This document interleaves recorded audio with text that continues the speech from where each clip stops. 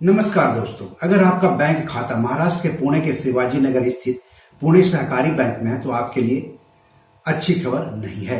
दरअसल देश के केंद्रीय बैंक भारतीय रिजर्व बैंक यानी आरबीआई ने इस बैंक पर प्रतिबंध लगा दिया है।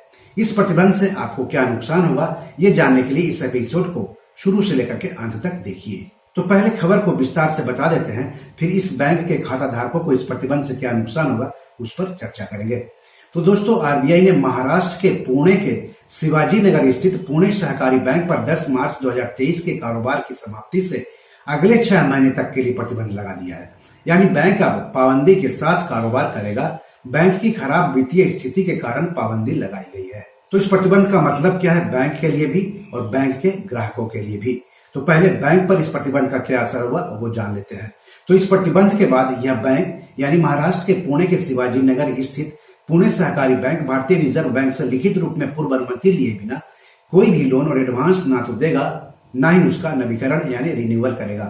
कोई निवेश नहीं करेगा। निधियां यानी फंड सुधार लेने और नई जमा राशियां यानी डिपॉजिट जैसे कि एफडी, आरडी, सेविंग्स डिपॉजिट स्वीकार करने सहित अपने ऊपर कोई भी देयता यानी लायबिलिटी नहीं लेगा। कोई भुगतान नहीं करेगा और न ही भुगतान करने के लिए सहमत होगा, भले ही भुगतान उनकी देनदारियों और दायित्वों की चुकौती से या फिर किसी दूसरे काम से संबंधित क्यों न हो। कोई समझौता या इस तरह की कोई व्यवस्था नहीं करेगा।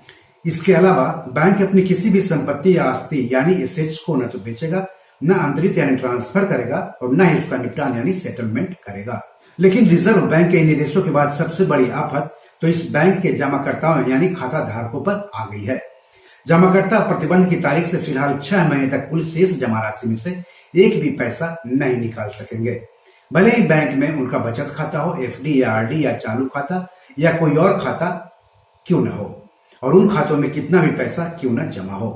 हालांकि जमाकर्ता ने अगर बैंक से लोन लिया है तो उसकी बचत जमा राशि में से लोन की ईएमआई चुकाई जा सकती है, लेकिन यह भी शर्तों के अधीन होगी।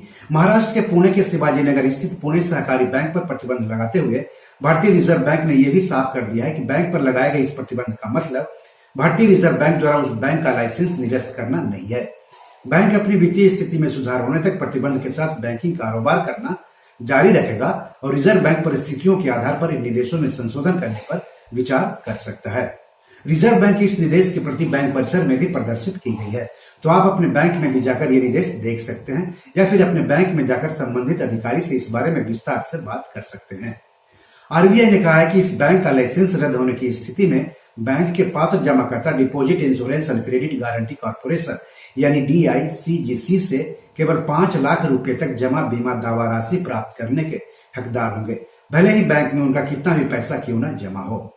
इस बारे में ज्यादा जानकारी के लिए अपनी बैंक शाखा से संपर्क करें। अब यहाँ पर बैंक के खाता धारकों की मुश्किलों को लेकर के 2 सवाल उठता है। पहला, अगर किसी ने प्रतिबंध लगने की तारीख के बाद का किसी को उस बैंक का चेक दिया होगा तो क्या होगा, या फिर उस बैंक से किसी के लोन की ईएमआई किसी और बैंक में अपने आप नियत तारीख हो जाती होगी और वह तारीख प्रतिबंध की तारीख यानी 10 मार्च 2023 के बाद की होगी तो क्या होगा। तो इन दोनों मामलों में ग्राहक को सतर्क रहना होगा। या तो चेक को तुरंत रद्द कर दें और किसी दूसरे बैंक में फटाफट खाता खुलवाकर वहां का चेक दे दें, वरना उस बैंक का चेक बाउंस हो सकता है और जुर्माना देना पड़ सकता है। अगर किसी की ईएमआई उस बैंक से अपने आप जाती है तो जिस बैंक में ईएमआई जाती है वहां जाकर संपर्क करें और अपनी समस्या बताएं और ईएमआई चुकाने की कोई वैकल्पिक व्यवस्था करें, जैसे किसी दूसरे बैंक में खाता खुलवाकर वहां से ईएमआई का भुगतान करें या फिर नियत तिथि से पहले चेक के जरिए ईएमआई का भुगतान कर दें, नहीं तो डिफॉल्ट हो सकते हैं। और दूसरा सवाल उठता है कि बैंक के ग्राहकों को उनका केवल 5 लाख रुपए तक ही क्यों मिलना चाहिए, उनके पूरे पैसे क्यों नहीं मिलने चाहिए। सरकार, आरबीआई और वित्त मंत्रालय को इस बारे में जरूर सोचना चाहिए। दोस्तों, पिछले कुछ समय से लगातार सहकारी बैंकों पर प्रतिबंध लगाए जा रहे हैं या उनके लाइसेंस रद्द किए जा रहे हैं। इस तरह के ज्यादातर बैंक हालांकि महाराष्ट्र के हैं, लेकिन दूसरे राज्यों के भी सहकारी बैंकों पर या तो प्रतिबंध लगाए जा रहे हैं या उनके बैंकिंग लाइसेंस रद्द किए जा रहे हैं। इसलिए किसी भी सहकारी बैंक में जिनका खाता है या जो सहकारी बैंक में खाता खुलवाने जा रहे हैं उन्हें ज्यादा सतर्क रहने की जरूरत है, क्योंकि पैसा आपका है और आपका पैसा आपके ही काम आए तो ज्यादा बेहतर है।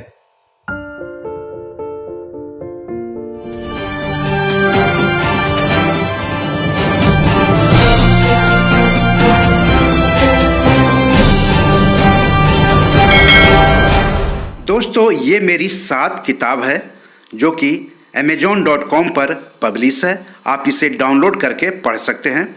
इन किताबों के लिंक्स इस वीडियो के डिस्क्रिप्शन में दिए हुए हैं। इन 7 किताबों में से 5 किताब मनी मैनेजमेंट पर है, यानी पैसा निवेश करके अधिक पैसा कैसे कमाएं पर आधारित है।